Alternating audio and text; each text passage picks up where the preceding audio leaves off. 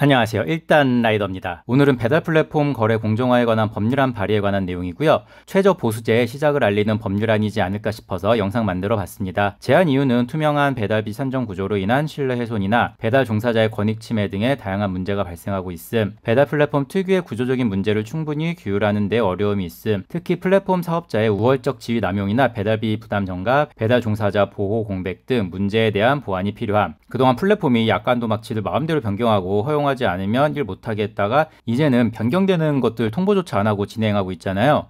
배달비 수수료로 횡포도 심하기도 하고요. 그리고 플랫폼 형태의 기업이 생긴 게 얼마 안 돼서 관련법이 없었거든요.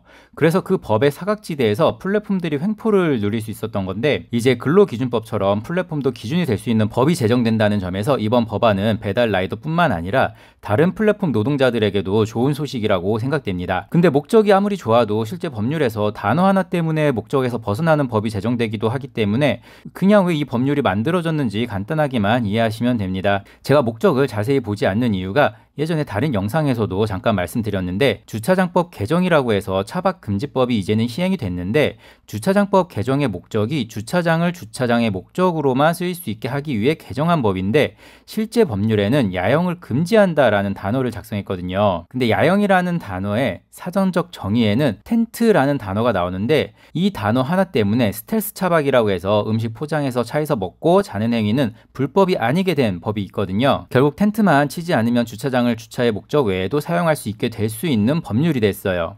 일단 주요 내용으로는 다 배달비는 대통령령으로 정하고 산정 기준은 공정거래위원회에서 마련한다는 내용과 표준계약서를 작성하도록 하겠다는 내용이고요. 보험가입 지원과 안전한 배달 환경 조성을 해야 한다는 내용. 플랫폼 분쟁조정위원회를 공정위 소속으로 만들겠다는 내용이에요. 이제 하나씩 자세하게 들여다볼게요. 중요하다 싶은 내용만 다룰 예정이지만 전체 페이지를 볼 거기 때문에 전체 내용을 확인하고 싶으신 분들은 일시정지하고 보시면 될 것 같습니다. 5번째 페이지는 정의가 나와 있는 페이지고요. 6번째 페이지에서 이 적용 범위에서 궁금한 게 하나 생기더라고요. 플랫폼 사업자의 범위를 어디까지 볼 거냐인데, 당연히 배민 쿠팡은 무조건 포함될 건데 두잇이 어떻게 될지 아직 미지수고요.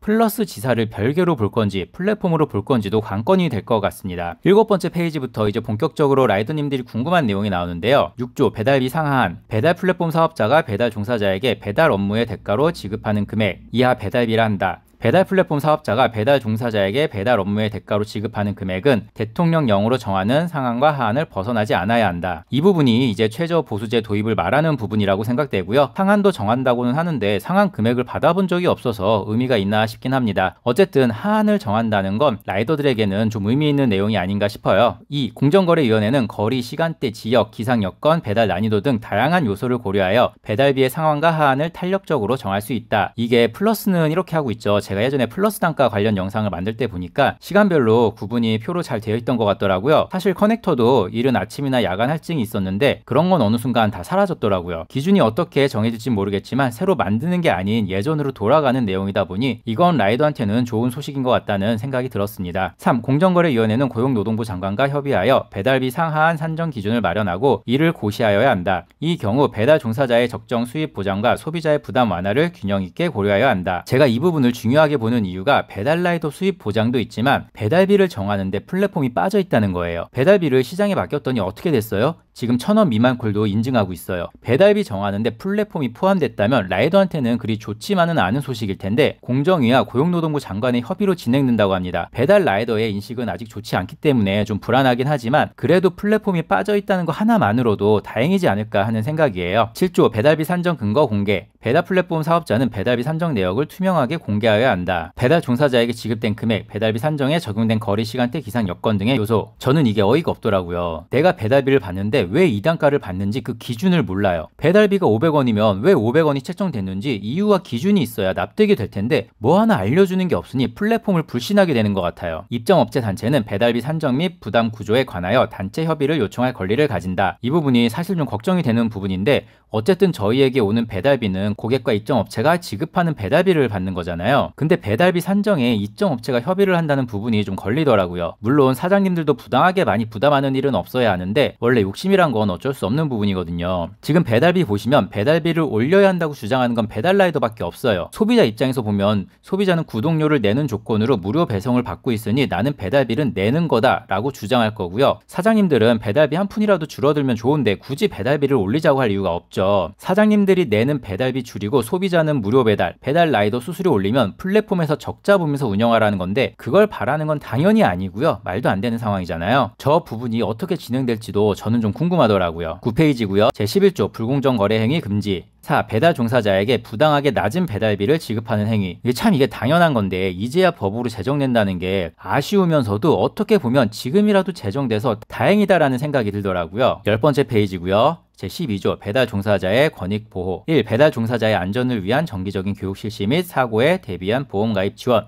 배민은 남양주에서 교육을 하고 있죠. 이걸 전 라이더 대상으로 한다면 아마 온라인 교육으로 진행이 될 텐데 뭐 실효성이 있을까 싶고요. 보험이 비싸긴 한데 이걸 플랫폼에서 지원해야 된다는 건 사실 좀 이해가 되지 않는 부분이에요. 지원이 되면야 좋겠지만 내가 나와 남을 위해 가입하는 거잖아요. 2. 배달 종사자의 휴식 보장 및 적정 배달 환경 조성. 일반적인 근로자들이 9시 출근, 6시 퇴근, 중간에 1시간 식사 시간 갖잖아요. 이게 4시간에 30분이 법으로 강제하는 휴게 시간이거든요. 어쩌면 저희도 4시간마다 30분씩 강제 휴식할 수도 있겠네요. 3. 기상특보 발령 시 배달 서비스 제한 또는 안전조치 강화. 이거는 플랫폼보다는 저는 라이더님들이 먼저 조심하셨으면 해요. 저 같은 경우에는 비가 많이 오는 건 신경 안 쓰는데 바람이 많이 불거나 눈이 많이 오는 날은 일을 쉬거든요.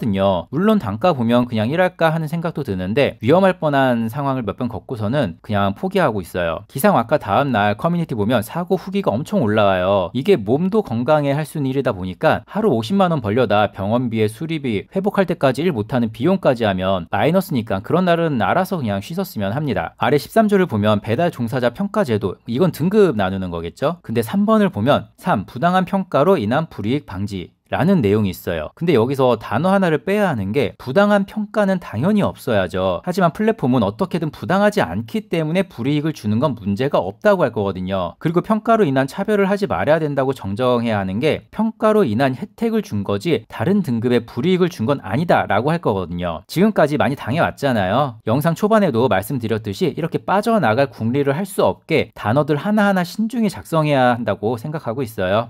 이후 내용은 분쟁과 가태료 같은 부분인데 영상 끝나고 페이지당 5초씩 띄워 놓을게요. 확인하고 싶으신 분들은 일시정지해서 보시면 될 것 같습니다. 법안마다 다르겠지만 제가 봤던 법안들은 한 번에 진행되는 거 못 본 것 같고요. 보통 몇 번의 수정을 거쳐서 공포가 되는데 그 기간이 대충 2년 정도 되는 것 같아요. 그리고 공포 6개월 후 시행을 하니까 정말 순탄하게 빠르게 진행된다면 2027년 말부터 진행될 것 같고요. 제대로 된 시행은 2028년이나 2029년부터 진행될 것 같습니다. 문의 및 제보는 이메일로 연락주세요. 구독과 좋아요는 영상 제작에 큰 힘이 됩니다. 감사합니다.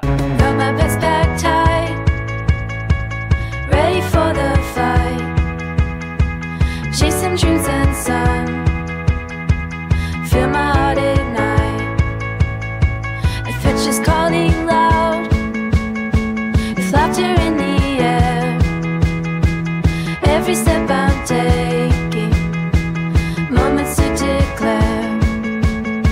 Let's dive into the thrill, where our souls can run free. From sea lights to mountain peaks, the world unfolds, each one's unique.